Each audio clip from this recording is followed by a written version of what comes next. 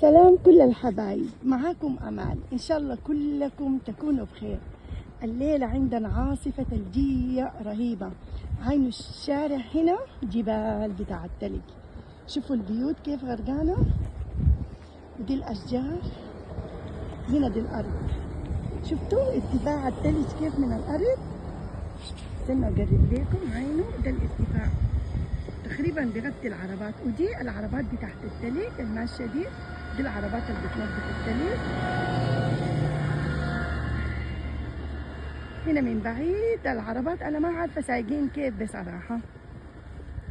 انا قلت احسن كده امشي برجليني من العربيه، لانه صعب جدا الواحد يشوف في التلج. شايفين الهواء كيف؟ الهواء شديد بصراحه. هنا دي الخيم تحت التلج في الشتاء، الناس كلها بتعمل خيم كده وبتدخل فيها العربات عشان العربات ما تتملي تلج. لكن شوفوا قدام العربية كيف المدخل للعربية لازم التلج ده كله يتنظف. حبيت أشارككم معانا الأجواء بتاعتنا في كندا كيف. الله يعيننا. ده كله الشوارع هنا، شوفوا الشوارع كيف، حاجة فظيعة بصراحة. خايفة أقع، أنا ذاتي ماشية وخايفة أقع. هنا صعب جدا الواحد يمشي. شوفوا الحتة دي كيف، عينوا التلج كيف في الأرض. شايفين التلج كيف؟ عشان الواحد يمشي بيغطس غطس. يا رب. شايفين هناك في واحد راجل بينظف التلج بالكوريك بتاعه، شايفين؟ وفي عربات مخصوصة لنظافة التلج. عينوا الأرض كيف، شوفوا نحن مشيت الرجلين داخلة جوا حفر حفر، والهواء فظيع. الله يجعل أيامكم كلها بيضة زي بياض التلج. هنا شوفوا البيت ده مردوم كيف تلج. هنا دي عربات التلج شغالة تمشي بتنظف التلج من الشوارع. هنا دي جبال جبال، نحن عايشين وسط جبال.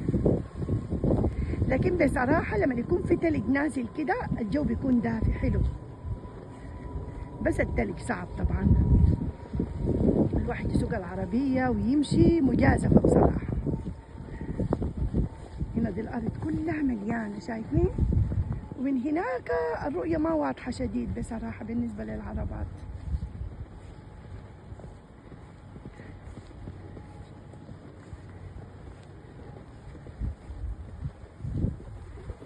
شوفوا هنا البيت ده مردوم كيف. ده الجيراننا هنا بيتهم مردوم تلج. والناس اللي ما عندهم خيم كده للعربات بتكون عرباتهم الصباح بيصحوا يلقوها مدفونة بالتلج. هنا عينوا البيت ده كيف مردوم تلج. هنا هوريكم جنب بيتنا. دي هنا الخيمة بتاعت العربات هنا حقتنا. لكن عينوا المدخل كيف، شوفوا عشان نطلع العربية كده عينوا المدخل مليان تلج كيف، مستحيل العربية تطلع. عينوا التلج هنا الجبل اللي قدامه إلا ننظف ده كله. وهنا شايفين العلو بتاع التلج، وده جنب بيتنا مردوم مردوم مردوم مردوم تلج. شوفوا كيف. وريكم المدخل بتاع الباب الرئيسي بتاع بيتنا. عينوا المدخل الرئيسي كيف، مستحيل زول يقدر يدخل. شايفين التلج لما لازم يتنظف ده كله، عشان حتى عينوا محل السلالم في مدخل البيت مليانة تلج. هنا ده جنب الجيران برضو التانيين، الجيران من الناحية التانية. ولسه العاصفة مستمرة مستمرة مستمرة. يلا حبيت نقول لكم أجواء البرد والشتاء في كندا في يوم عاصف شديد. ولسه حوريكم مناظر تاني من البيت. لما أدخل البيت حوريكم البلكونة من ورا عاملة كيف. هنا هي دي البلكونة بتاعتنا. عينوا شوفوا جنب الباب البلكونة مليان كيف، وهنا شوفوا البلكونة مليانة تلج عنه الترابيزة، شوفوا الكراسي غاطسة كيف، والترابيزة مليانة تلج. وشوفوا هنا عينوا الجنينة بتاعتنا برا كلها مليانة تلج، الكراسي هناك غاطسة، وهوا شديد، والتلج عينه هناك، عينه ده بينه وبين جيراننا. شوفوا التلج كيف، سامعين صوت الهواء؟ بصراحة عاصفة فظيعة.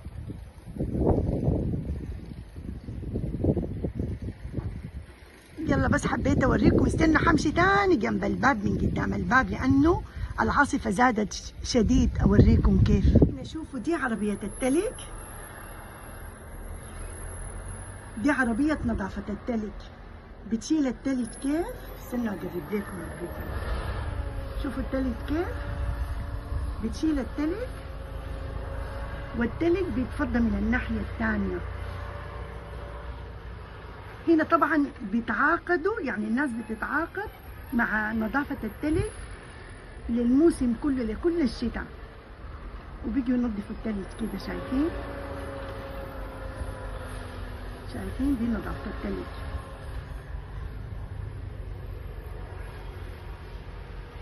وشوفوا هنا جنب بيتنا عينوا باب البلكونة مليان عاصفة فظيعة بصراحة. شوفوا ما قادرين نشوف، وعينوا هنا البلكونة خلاص اتملت كلها.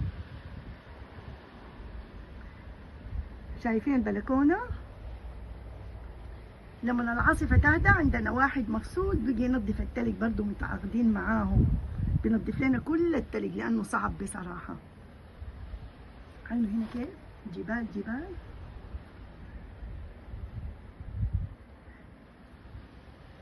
ويلا لسه مستمرة أصور لكم لحد ما تنتهي العاصفة وتجيب. أنا حتابع أصور لكم أول بأول. طلعت تاني أصور لكم جنب الباب. شوفوا عينوا التلج كيف. دي هنا العربية حقتنا في بداية الخيمة، وهنا ده الجبل بتاع التلج. شوفوا عشان أمشي جبل. شوفوا هنا اتردم كيف، عينه اتردم كيف. وهنا دي جارنا حرام بنظف برضه، بنظف التلج. دي المكنة صغيرة بتنظف التلج. شايفين هنا بنظفوا، ناس بنظفوا بالكوريك، ناس بنظفوا بالمكنة، ناس بيأجروا العربات الكبيرة في كل السيزون في كل الفصل بتاع الشتاء. يعني غايته الناس تعبانة تعب شديد بصراحة. يلا بس أنا عايزة أوريكم كيف، ما قادرة أنا ذات أصلا أطلع من جنب البيت، ما قادرة أطلع. عينوا جبال، ده جنب بيتنا، كله ده مردوم جنب بيتنا، ما حقدر أصلا أطلع عشان أصور لكم.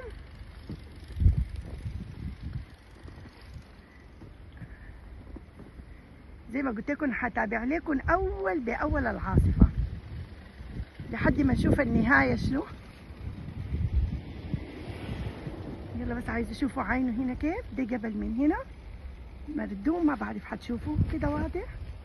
يا ربي واضح كده. عينه، وهنا جنب البيت كده. شوفوا عينه، بس عايزة أوريكم. شفتوا كيف دمحي ما خديت كده رجلي عشان أطلع. شايفين عينه، هاخدها لكم تاني. شوفوا كيف الحتة غاطسة الجوة، حفرة كبيرة الجوة.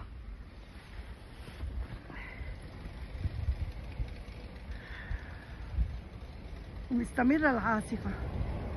الله يكون في عون الناس الشغالين وماشيين بالعربات، الله يحفظهم كلهم ويغطي عليهم ويغطي على الناس كلها يا رب. دعواتكم معانا. وده هنا جارنا لسه حرام بنظف في التلج، لسه حرام بنظف في التلج.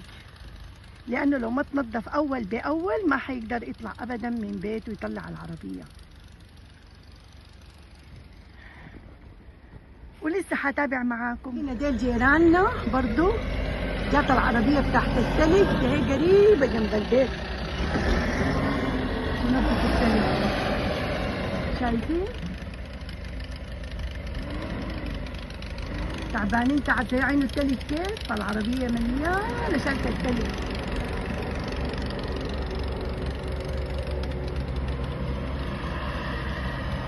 هيدا عربات التلج شغالة الليلة كل اليوم.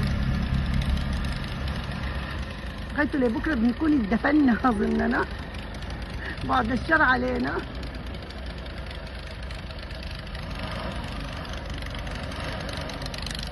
الله يكون في عونهم ذاتهم السايقين العربات وشغالين، الله يديهم الصحة ويخليهم يحفظهم إن شاء الله. شوفوا التلج كيف مردوم في العربية بيشيلوا كده. عربات مخصوصة لنظافة التلج،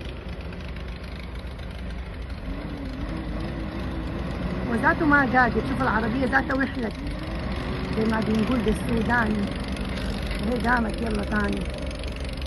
شفتوا؟ يشيل التلج في العربية، شايفين؟ وبفضي بالناحية الثانية. وحواصل معاكم.